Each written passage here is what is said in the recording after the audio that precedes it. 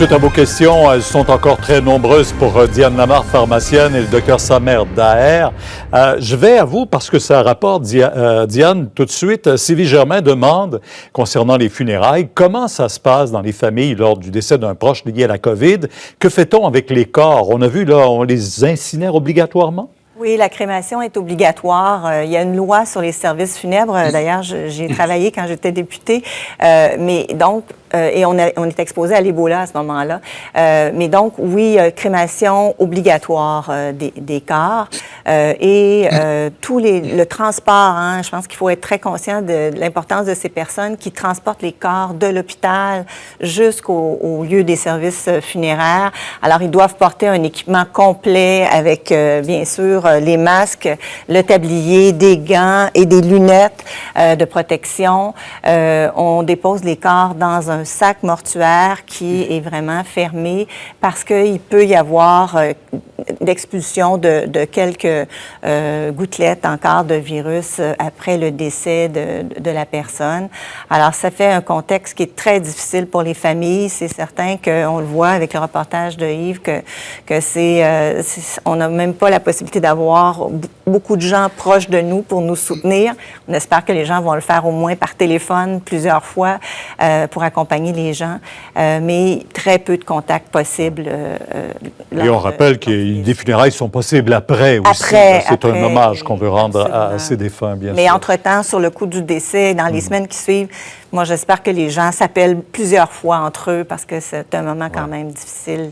La prochaine question, elle est de Julie Perron. Je pense que, Diane, vous auriez pu y répondre, autant que le docteur Daher aussi, là, sur justement ses prescriptions, ses médicaments. Elle a déménagé et son ancienne pharmacie est en Montérégie. Est-ce qu'il est possible d'être dépanné à sa succursale du quartier? Docteur Daher? Oui, au fond, oui. La loi a été changée depuis le 16 mars. Les pharmaciens ont beaucoup plus de pouvoir, justement, pour regarder ce qui se servait dans d'autres pharmacies. Ils peuvent le récupérer. Il y a plusieurs façons dont les pharmaciens peuvent renouveler des médicaments sans avoir recours aux médecins également. Ils peuvent, même certains médicaments à contrôle, plus contrôlés comme les médicaments pour le déficit d'attention, les narcotiques, ils peuvent tout faire ça. Donc oui, elle a juste à s'informer auprès de son pharmacien. De quartier.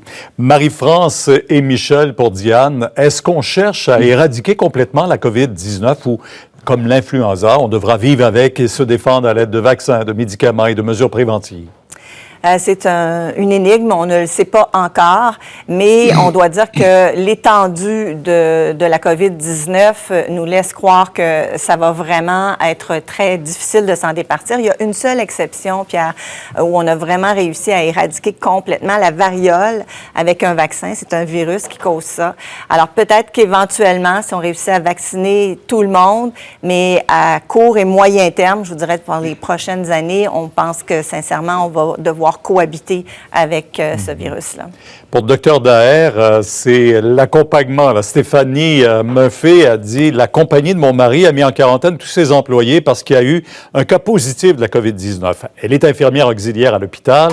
Son mari est sans symptômes. Est-ce qu'elle doit, elle, aller travailler étant donné qu'on est proche, là? » Oui, selon les recommandations de la santé publique, un contact d'un contact qui travaille dans la santé n'est pas automatiquement exclu. Si son mari lui-même était positif, l'histoire est différente, sauf que lui, il est contact, elle est contact d'un contact, donc non, elle peut continuer à aller travailler. Pas de problème pour elle. Je vous remercie tous les deux. On se retrouve demain. Au revoir. Merci, bye-bye.